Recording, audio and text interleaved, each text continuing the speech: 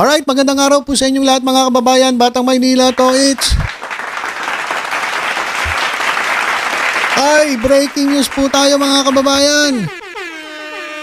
Ngayon lang, just in. Ito pong si CIDG Director, Police Major General Nicolas Torre ay tinalaga ni Pangulong Ferdinand Marcos Jr. bilang bagong PNP Chief. Alright. Kapalit ni Police General Romel Francisco Marbil. O ito ang inanunsyo ni Executive Secretary Lucas Bersamin. Congratulations kay General Torre. Wala namang iba eh. Wala namang iba eh. So deserve ni General Torre itong pagkakatalaga sa kanya bilang bagong PNP Chief kasi maraming magrereklamo mga kababayan kapag iba pa ang inilagay ni Pangulong Bongbong Marcos dyan. Dahil si Torre lang talaga ang hindi nyo kayang matibag. Kahit sino humarang dyan, wala siyang pakialam. Basta importante sa kanya ang mandato ng konstitusyon at ang protektahan ang taong bayan. Kaya congratulations po kay General Nicolas Torre III. Pakinggan natin si Lucas Bersamin. The incoming PNP Chief is Police Major General Nicolas D. Torre III. Wow! The turnover of command will happen June 2nd. Iyakan na mga DDS. The incoming PNP Chief is Police Major General Nicolas D. Torre III. Yan! The turnover of command will happen. Iyakan na mga DDS na. Iyakan na kaya. Ayan mga kababayan, formal lang inanunsyo ng Malacanang.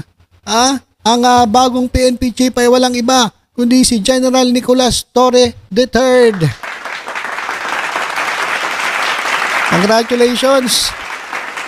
Ayan, ako, marami na namang iiyak na DDS dito. Bakit kanyo? Galit na galit sila kay General Torre. Paano ba naman? Etong si kinorner. Itong si Kibuloy ay kinorner ni Torre. At pating itong si dating Pangulong Duterte, ang nanguna dyan para maisakay sa eroplano ay si Torre. Kaya nga hinarangan sila ni ng mga senador Kahit yung mga yung reliyon niya, hindi niya pinansin. Sabi niya kay Bato de la Rosa, harangin mo ako, bato ka lang, Torre ako. Diba? Tsaka, mas una po ang mandato ng konstitusyon kaysa po sa utos ng reliyon. Ang reliyon, hindi naman makakapagligtas yan ayoko na tuloy. Okay na yan, baka mapunta tayo sa usaping reliyon. Basta ang importante, congratulations po dito kay Police Major General Nicolas Torre III, bago pong PNP Chief. Marami pong masayang BMT Natics. Marami po kasi nagpapantasya dito kay Nicolas Torre. Sigurado yan. Nandun po sa GC namin. At ito pa mga kababayan, kung may good news tayo, meron na naman tayong manibagong good news. O ano po? Naka, ito pong si Tebes ay tuluyan ng isinakay sa eroplano pabalik po ng Pilipinas. Panoorin natin itong nangyaring video mga kababayan. Potrare sa simbahi sermonin. Ini maka Ministro de Justicia, Direktur Alright. Ito po yung sa dyan po sa Timor-Leste. Inaantay po ang paglabas ni Tebes mga kababayan. Nag-share po nito si Congresswoman Janice Ballega Digamo, ang asawa po ng pinaslang na governor po, Digamo. Kaya ito po, nabigyan na ng hustisya at ito harap na po siya dito sa Pilipinas. Matagal-tagal din itong nagtago dyan sa Timor-Leste. Kaya ikaw, Harry Roque, you're next. Susunod ka na. Forward na natin konti. Abangan natin, tingnan ninyo. Ito. Teka lang. Ayan na. Mga kababayan. Ayan po. Pag may nakita kayong kalbo, yun na po yun, si Tebes. Ang mastermind di umano sa pagpatay kay Governor Digamo ng Negros Oriental. Ayan po, Ayan mga kababayan. Sama ng tingin eh. Sama ng tingin eh. Ayan mga kababayan, at nilalabas po siya dyan at isasakay na po sa eroplano pabalik po ng Pilipinas. Ayan mga kababayan. Pasalamat ka. Hindi si Tory ang humuli sa iyo dyan. Hindi naman pwede kasi nasa ibang bansa. Pagdating dito sa Pilipinas, yari ka kay Tory. PNP chief. Sinaktuhan mo pa PNP chief.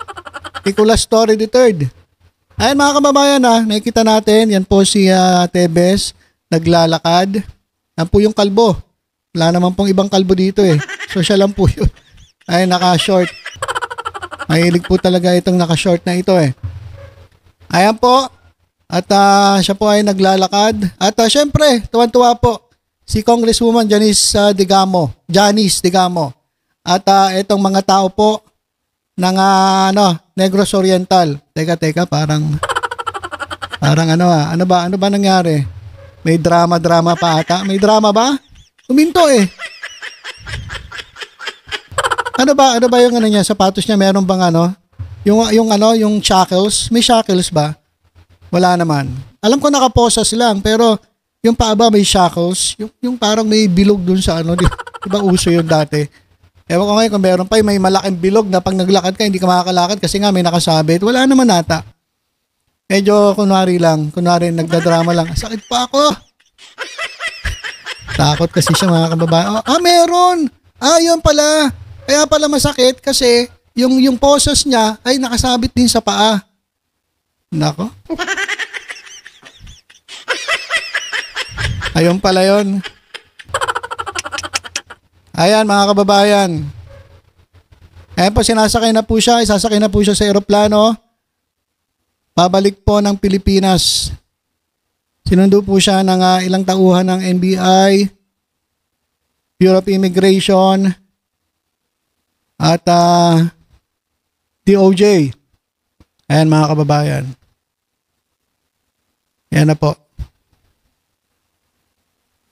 Welcome back. Bring him home. Ayan mga kababayan, talaga bring him home. Ayan mga kababayan, pasakay na po si dating Congressman Arnulfo Tebes Jr. ang pinagbibintangan di umano na mastermind sa pagkakapas lang kay Governor Digamo.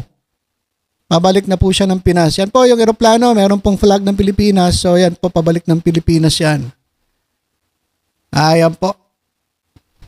Sa tinagal-tagal ng panahon, eto na ang hustisya para kay Governor Digamo. Matagal-tagal ding nagtaguyan dyan eh.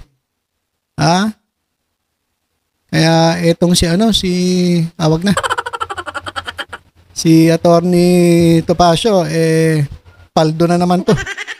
Sigurado, pagtatanggol niya to eh. Diba? Ito, abogado ni Abogado ni Tebes, etong si Topacio eh. So yan mga kababayan. At ito, tingnan natin yung mga ilang balita pa rito mga kababayan. Ito. Balik na tayo rito.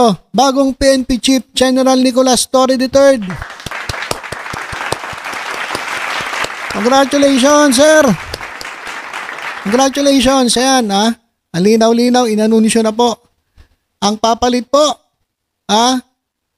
kay Marbil ay walang iba, kundi si General Torre at magkakaroon po ng turnover ceremony sa Lunes, July 2, ayon kay Bersamin. Ayan, kaya nako, mga DDS. Ito yung sinisiraan ninyo eh. Ito yung dinidemanda ninyo eh. Diba? O ngayon, PNP Chief, siya na ang pinakamataas na opisyal dyan po sa Philippine National Police. Tingnan natin. Tingnan natin mga DDS kung hanggang sa naabutin ang pang-aaway ninyo kay General Torre. So ilang mga kababayan, update po natin dalawang good news. Grabe itong araw na ito. Congratulations, bagong PNP Chief General Torre III. At etong ito pong si Tebes ay sinakay na po sa aeroplano at kasalukuyan na po bumabiyahe papunta dito sa Pilipinas. So ilan po muna ang ating balita. Tutok-tutok lang po dito sa Batang Maynila. Sa iba pang updates, ingat po tayong lahat. God bless po.